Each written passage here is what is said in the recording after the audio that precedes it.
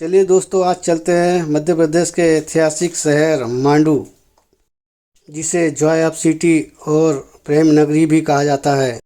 जी हाँ दोस्तों, मांडू जिसे मांडू भी कहा जाता है, जो कि धार जिले में स्थित है। आज घूमने जा रहे हैं, तो बने रहिए हमारे साथ। तो दोस्तों, हम निकल पड़े और मांडू जाने के लिए आपको कई जगह से रास्ते मिलेंगे। जो लोग इंदौर से जाना चाहते हैं वो धार होकर जाएं, उनके लिए रास्ता सुगम सरल बहुत ही अच्छा रहेगा। जो लोग धामनोद से होकर जाना चाहते हैं वो लोग गुजरी होकर जाएं। ये रास्ता बहुत ही अच्छा है। एक रास्ता है 30 किलोमीटर जो कि ख़राब है। ये रास्ते से 45 किलोमीटर का रन रहेगा। तो दोस्तों, हम आ गए हैं मांडू के इस रास्ते पे और हम यहाँ से निकलते हैं। तो आगे आप देखेंगे, ये है मांडू का रास्ता। इस पे आपको लिखा हुआ दिखाई दे रहा है। आगे हम बढ़ते हैं। तो यहाँ से मांडू अब केवल 14 किलोमीटर दूर है। इंदौर से यह लगभग 98 किलोमीटर और धार से लगभग 30 किलोमीटर दूरी पर स्थित है। तो बढ़ते हैं आगे। साथ ही में हम मांडू के इतिहास की बात करते हुए चलेंगे। दोस्तों, ऐसे तो मांडू का इतिहास बहुत पुराना है, लेकिन 10वीं 11वीं सदी में यहाँ परमार राजाओं का शासन हुआ करता था। इसी दौरान इसे खाती नाम प्रसिद्धि प्राप्त हुई है। मांडू शहर से जुड़ा हुआ एक बहुत बड़ा तथ्य है साथियों, जिसे आप शायद नहीं जानते होंगे। यह दुनिया के सबसे बड़े किलों का शहर माना जाता है। मांडू शहर 633 मीटर की ऊंचाई पर विंध्य पर्वत पर स्थित है। यह लगभग 13 वर्ग किलोमीटर में फैला हुआ है। यहाँ जाने के लिए हमें 4 दरवाज़ों से होकर गुजरना पड़ता है। पहला आलमगीर दरवाज़ा है। यहाँ से हम आगे बढ़ते हैं। मांडू शहर को उत्तर में मालवा का पठार और दक्षिण में नर्मदा घाटी प्राकृतिक सुरक्षा प्रदान करती है।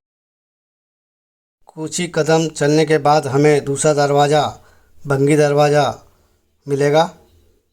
यहाँ से हम आगे की तरफ बढ़ते हैं तो हमें और 2 गेट मिलेंगे।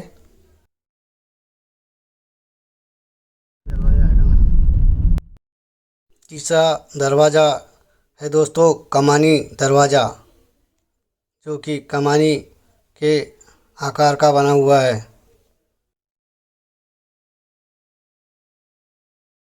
चलिए दोस्तों, आगे बढ़ते हैं।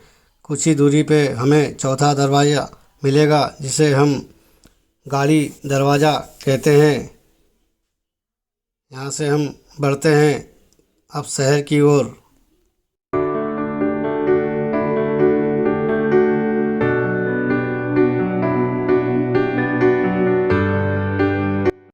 कुछ ही दूर आगे बढ़ने के बाद हमें यहाँ नाका मिलेगा। यहाँ पे हमें 50 रुपये शहर के अंदर जाने की फ़ीस देनी होगी। दोस्तों, आगे बढ़ते हैं। अब हमें यहाँ से किले का नज़ारा दिखाई देने लगा है। तो आगे बढ़ते रहिए, हमारे साथ बने रहिए और मांडू शहर का भ्रमण करिए। तो आइए दोस्तों, अब हम जामी मस्जिद के सामने स्थित है। ऐसा कहा जाता है दोस्तों कि मांडू का निर्माण का श्रेय परमार राजाओं को जाता है। पहले राजा हर्ष, फिर राजा मुंज, फिर राजा सिंधु और अंतिम राजा भोज परमार वंश के प्रसिद्ध शासक थे। तो चलिए दोस्तों, आगे बढ़ते हैं और जामा मस्जिद के लिए हमें यहाँ टिकट काउंटर से प्रति व्यक्ति 25 रुपये के हिसाब से टिकट खरीदनी होती है। टिकट घर आगे है और हम टिकट खरीदने के लिए जा रहे हैं। बच्चों के लिए यहाँ कोई टिकट किसी भी किले में नहीं लगती है, बिल्कुल मुफ्त है। तो अब हम टिकट खरीद रहे हैं। हमने टिकट खरीदी है, ये 25 रुपये प्रति व्यक्ति के हिसाब से लिए। तो चलिए दोस्तों, आगे जामा मस्जिद में हम चलते हैं। दोस्तों, ऐसा कहा जाता है कि जामा मस्जिद जिसे कहते हैं, इसका अर्थ महान मस्जिद होता है।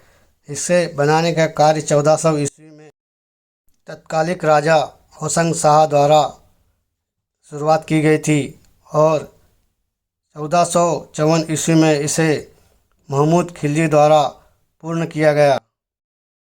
मस्जिद को मुगल शैली वास्तुकला में बनाया गया है, जो कि अफ़गानिस्तान की वास्तुकला शैली का बेहतरीन उदाहरण है। मस्जिद के पश्चिम में बहुत सारे खंभे और बहुत सारे गुंबद बनाए गए हैं, जो कि यहाँ यात्रियों के लिए आकर्षण का केंद्र है। इसे देख लोग सोच में पड़ जाते हैं। यहाँ की शैली वास्तुकला का जिस प्रकार से निर्माण किया गया है, वो लोगों को यह आकर्षित करता है।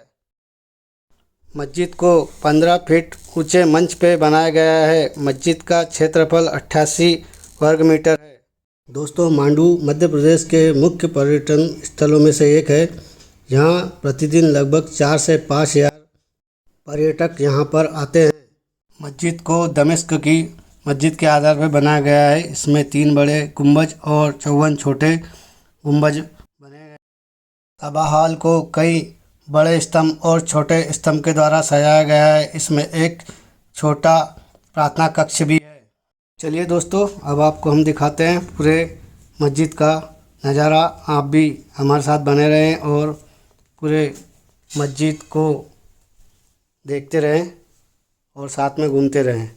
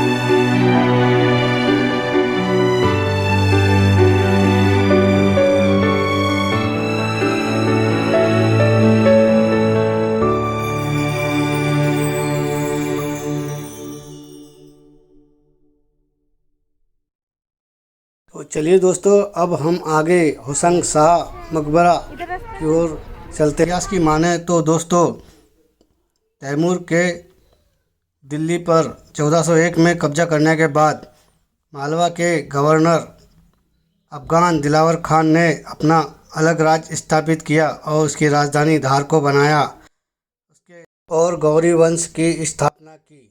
के उपरांत उनके पुत्र होशंग शाह ने इसे धार से मांडू स्थानांतरित किया और वहाँ पे शासन किया। इसके उपरांत मोहम्मद खिलजी ने 1436 से 1531 तक यहाँ शासन किया। उनके शासनकाल में था कि मालवा की सल्तनत अपने सबसे ऊंचे स्थान पर पहुंच गई।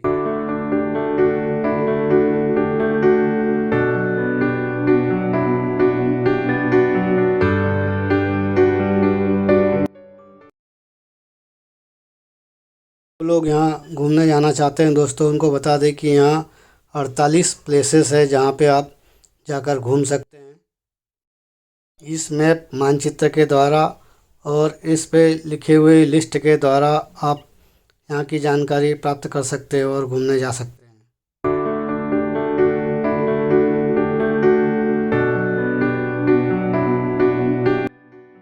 शिला के ऊपर होशंग शाह का मकबरा की जानकारी लिखी हुई है।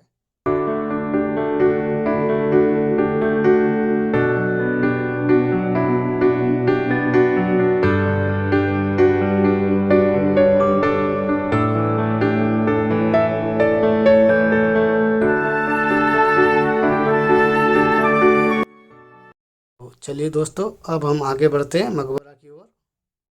होशंग शाह का मकबरा, जी हाँ दोस्तों, यह पूर्णतः संगमरमर से बना हुआ है। इसे मध्य प्रदेश का ताजमहल भी कहा जाता है।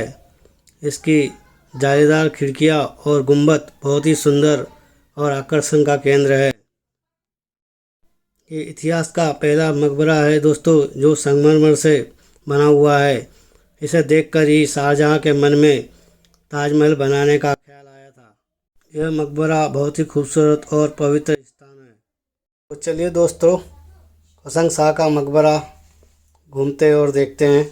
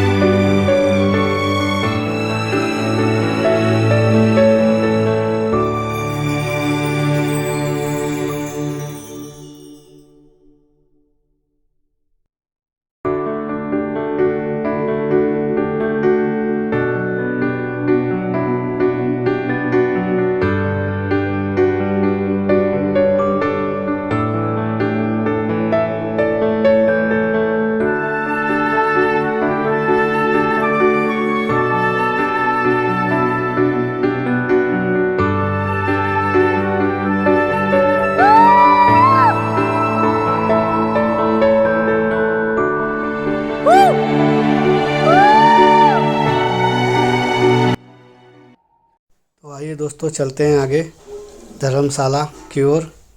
ये धर्मशाला बहुत ही खूबसूरत खम्भों के लिए जानी जाती है। इसमें स्तंभों के ऊपर ये पूरी धर्मशाला खड़ी है। इसमें एक सराय भी अंदर है। स्तंभों के ऊपर बनी हुई ये धर्मशाला देखने में बहुत ही खूबसूरत है। इनके खंभे और इसके ऊपर जो आकृतियाँ मिलती है वो हिंदू सभ्यता की वास्तुकला का परिचय देती है। आपको देखने में यह बहुत ही खूबसूरत दिखाई दे रही है। आप देख रहे हैं दोस्तों धर्मशाला, मांडू की ये धर्मशाला है।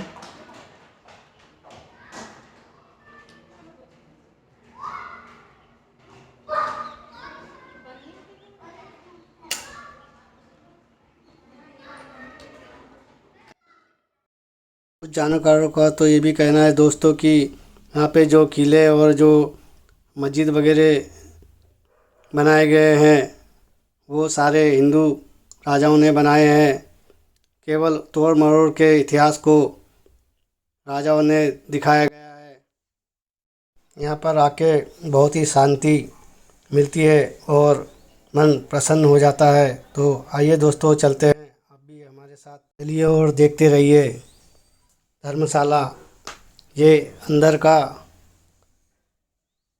बरामदा है दोस्तों।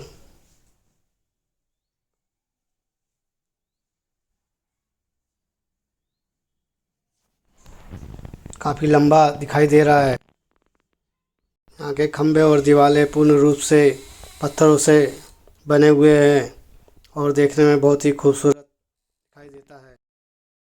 असरपी महल दोस्तों जामी मस्जिद के जस्ट सामने की तरफ बना हुआ है। तो चलते हैं, उसके बारे में आपको ऐतिहासिक दोस्तों आपको बता दें कि असरपी महल ये गयासुद्दीन खिलजी राजा के द्वारा बनाया गया था। उनकी रानियों के लिए उन्होंने ये सीढ़ीदार महल बनाया था। उनकी बहुत सारी रानियां थी, 16,000 रानियां। एक सीढ़ी चलने पे रानियों को एक असरपी दी जाती थी। राजा खिलजी की कुछ बेगमों का वज़न बढ़ गया था, तो उन्हें दुबला करने के लिए राजा ने सीढ़ी इस सीढ़ी के जरिए उन्होंने रानियों और बेगमों का वज़न कम। इन सीढ़ियों को चलने के लिए राजा खिलजी ने एक अनूठी प्रथा। एक सीढ़ी चलने पर रानियों को एक असरपी दी जाती थी। तब से इस महल का नाम तब से इसे असरपी महल कहा जाने लगा। महल में एक विजय स्तंभ हुआ करता था जिसकी ऊंचाई बहुत अधिक थी। इसके चारों तरफ स्पाइरल स्टेप्स बनी हुई थी जो कि 198 थी। एक बार का वाक़या है दोस्तों, जहांगीर अपनी बेगम नूरजहां के साथ यहाँ आए हुए थे और उन्होंने इस सीढ़ी पर चढ़ने को कहा, तो बेगम नूरजहां ने उस समय मना कर दिया था। तब राजा जहांगीर ने उन्हें एक सीढ़ी चढ़ने पर एक असरपी देने का वादा किया था। तो इस लालच में आके नूरजहां ने सीढ़ियाँ चढ़ी। विजय स्तंभ से मांडू का सौंदर्य पान किया जाता था। विजय स्तंभ अब खंडर के रूप में तब्दील हो गया है। इस असरपी महल के सामने की तरफ जामा मस्जिद है जिसका यहाँ से बहुत ही खूबसूरत। मांडू शहर बहुत बड़ा है दोस्तों, इसे एक दिन में नहीं घूमा जा सकता। आपको ये वीडियो कैसा लगा, अगले वीडियो में हम नई जानकारी आपको देंगे। दोस्तों आपने अभी तक हमारा चैनल सब्सक्राइब नहीं किया है तो इसे सब्सक्राइब ज़रूर करें, लाइक कमेंट करते रहें।